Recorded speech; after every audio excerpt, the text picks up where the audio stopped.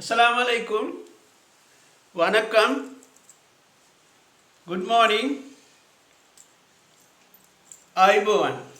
Students, today we are going to learn the second part of the poem To the Nile, which was written by John Keats. Okay, students, I will start from the place where I stopped. The ancient Africans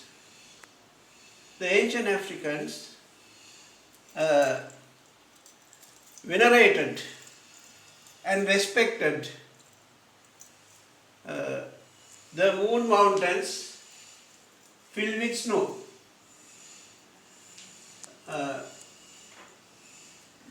This was named by the ancient Africans as the source of Nile.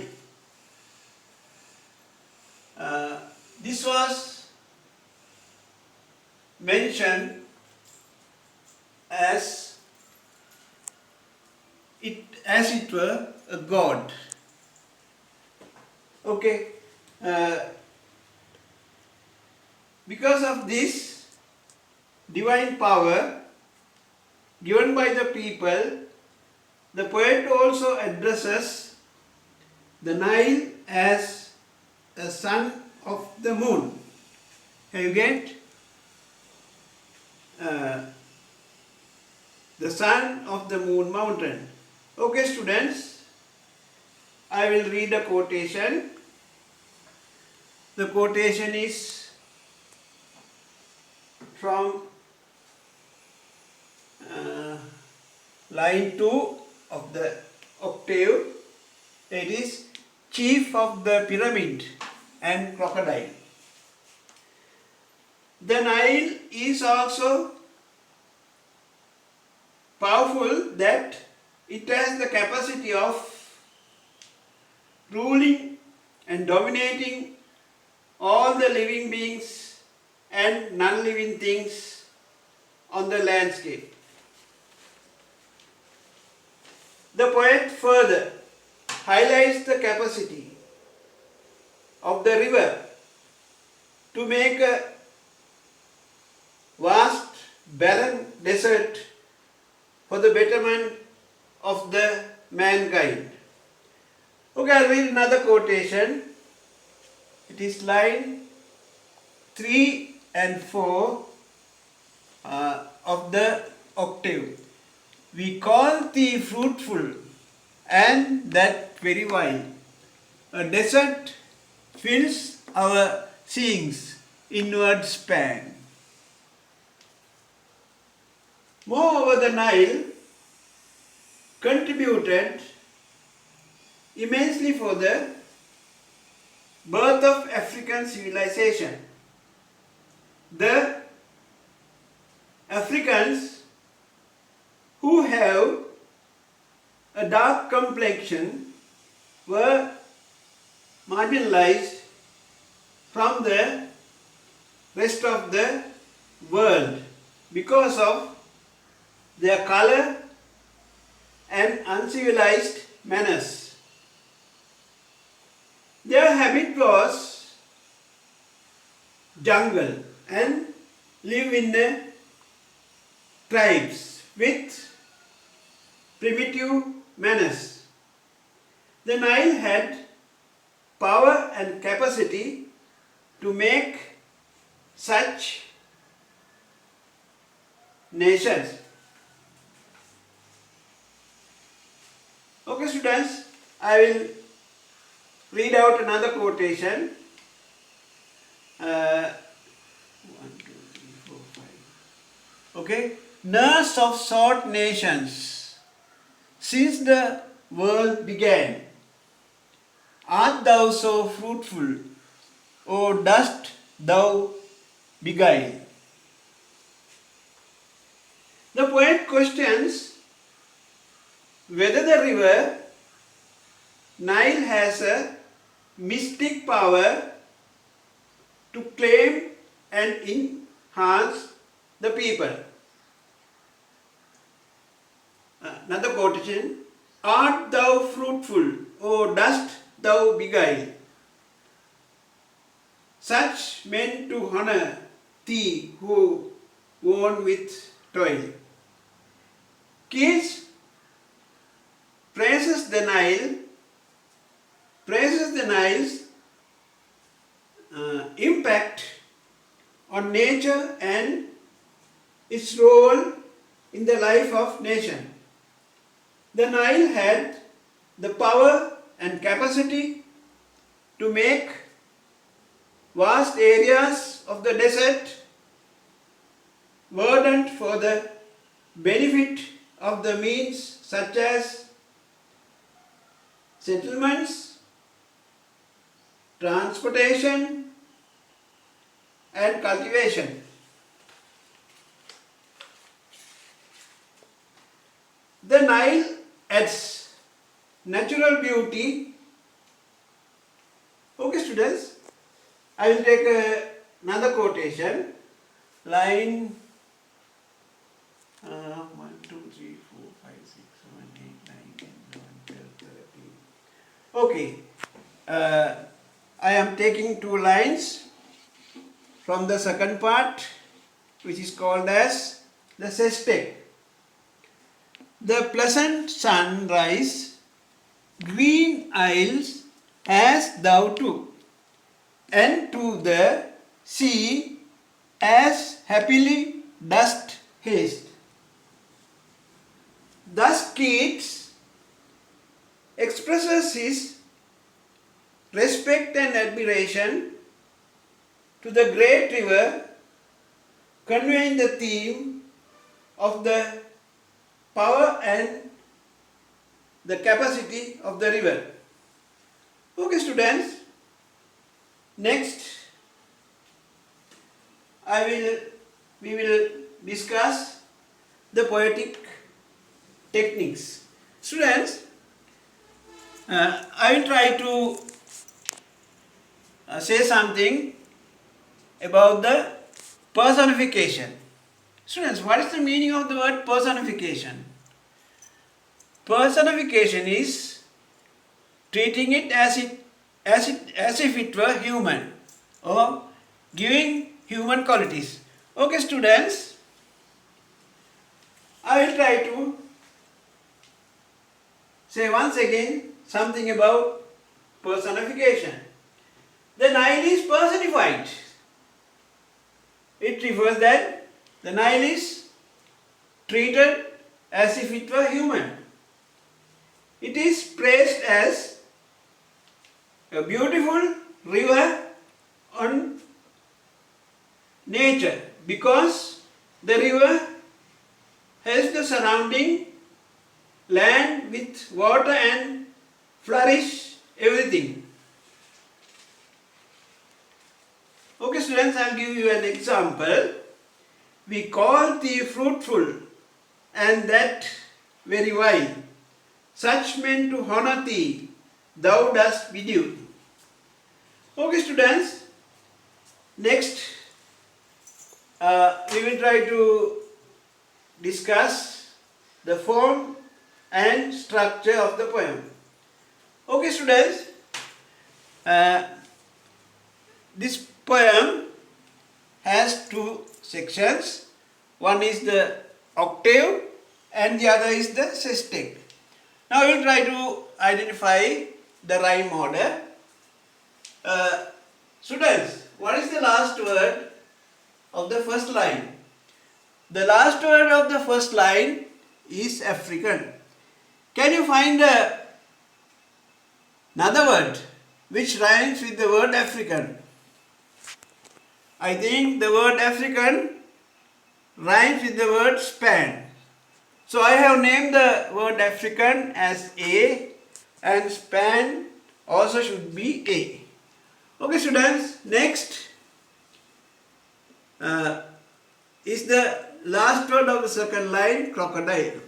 Can you find a word which rhymes with the word crocodile? The word crocodile rhymes with the word while. I have named the word crocodile as B, and while also should be B. The rhyming order of the first four lines is A, B, B, A. Okay, next we'll move on to the next line. Fifth one. The last word of the fifth line is began. I have named it as A. What should the... Can you find a word which rhymes with the word A? That is Deccan. I have named it as A. So this word also should be A. Okay. Next, can you find a word which rhymes with the word beguile? I have named the word beguile as B, and it rhymes with the word toil. Okay. This is the octave. Next, we'll move on to the sestet. The rhyming order of the octave is A, B, B, A, B, B, A. Okay. Next, we'll move on to the sestet. 1, 2, 3, 4, 5, 6. Okay, the last word of the first line of the sestet is do. Can you find a word which rhymes with the word do? I have named the word do as C, so bidu should rhyme with the word do. Okay, I will name the other word, which is the second word of the sestet, vast, it is D. Then this word also should be D, taste. Okay. Now I am talking about the last two lines of the sestet. This one I have named as C, and this word I have named as D. So the rhyming order is C, D, C, D, C, D. Okay, students. Okay. Now we will move on to another one. It is a metaphor. Students, what is the meaning of the word metaphor? I have repeatedly told you about metaphors. A metaphor is a comparison of two things without using as or like. Okay. Now I'll move on to the metaphor. I'll read out the first and second line of the octave.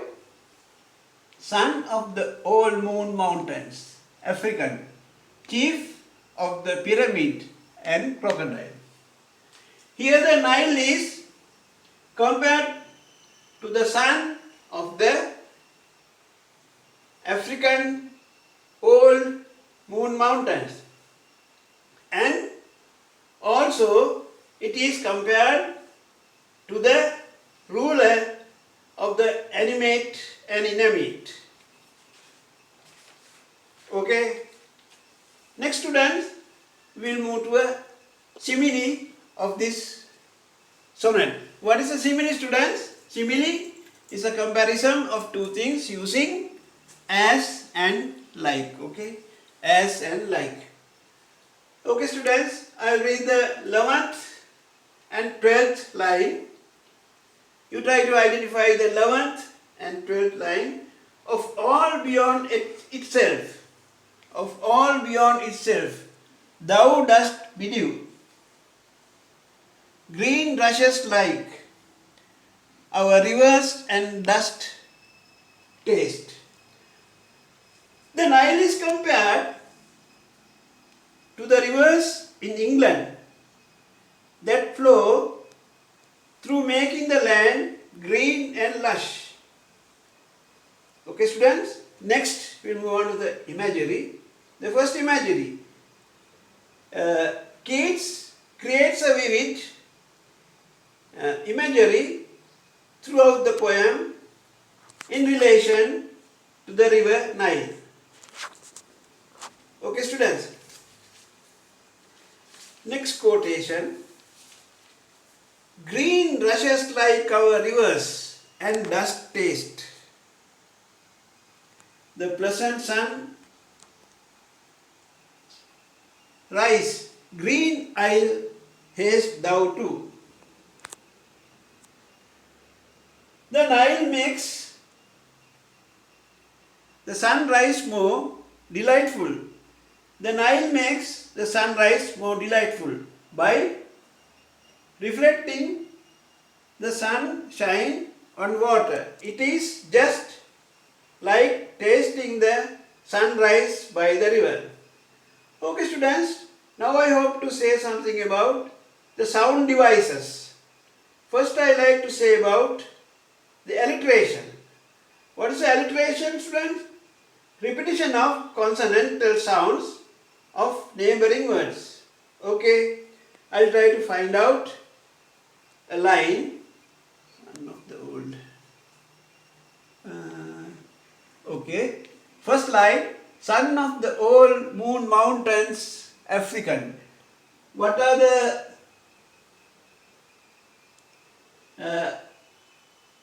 alliteration? What are the alliterations? What are the consonantal sounds?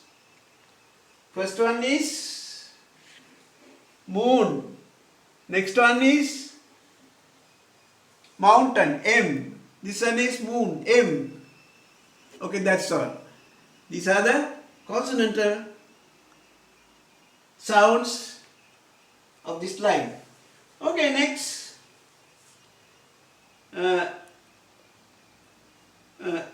We will try to identify the consonants. Okay, students, I'll read a line. A desert fills our seeing's inward spans. What are the consonants you get in this line?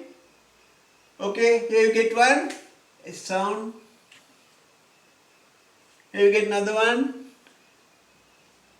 Here, at this place you get another one. Here, right. These are the consonants. Okay, students. Next, we'll try to identify the assonance. What is the meaning of the word an assonance? Assonance is a repetition of identical or similar vowel sound in neighboring words. Okay, students. I read a line. Such men to honor who won with toil. Okay, such men to honor the who won with toils. Okay, I will mark the words. Here you get one. And you get another sound here. And you get another one here. Yeah? Okay, students. Next, we will move on to the lyrical features. Lyrical features of the poem. A sonnet is a song with a lyrical and musical quality. To the Nile is also not an exception in that sense. This sonnet becomes more lyrical due to the following features. Okay. First one, rhyming scheme. We identified the rhyming scheme. Next one is repetition of words and sounds. I'll say some words. Tea, green, thou, dust, etc. Next we try to identify the long vowel sounds. Examples, tea, green. Next, meter used in the poem is pentameter. Each line contains a weak syllable followed by a strong syllable. Okay, students. Next we will go on to the use of language. First we will discuss about the diction. The poet uses archaic English words. What do you mean by archaic English words? It refers to old English terms. Example, thou, thee, art, haste, etc. Next, we will try to discuss about the colloquial language. Example, we call thee fruitful and that very while. Art thou so fruitful? Okay, next, we will try to identify the romantic expressions or emotional language. Green rushes like our rivers and dust taste. The pleasant sunrise, green isle has thou too, and to the sea as happy dust haste. Okay, students. Uh, okay, students. That's all I hope to discuss for today. We will meet once again with another video. Okay, students. Thank you very much.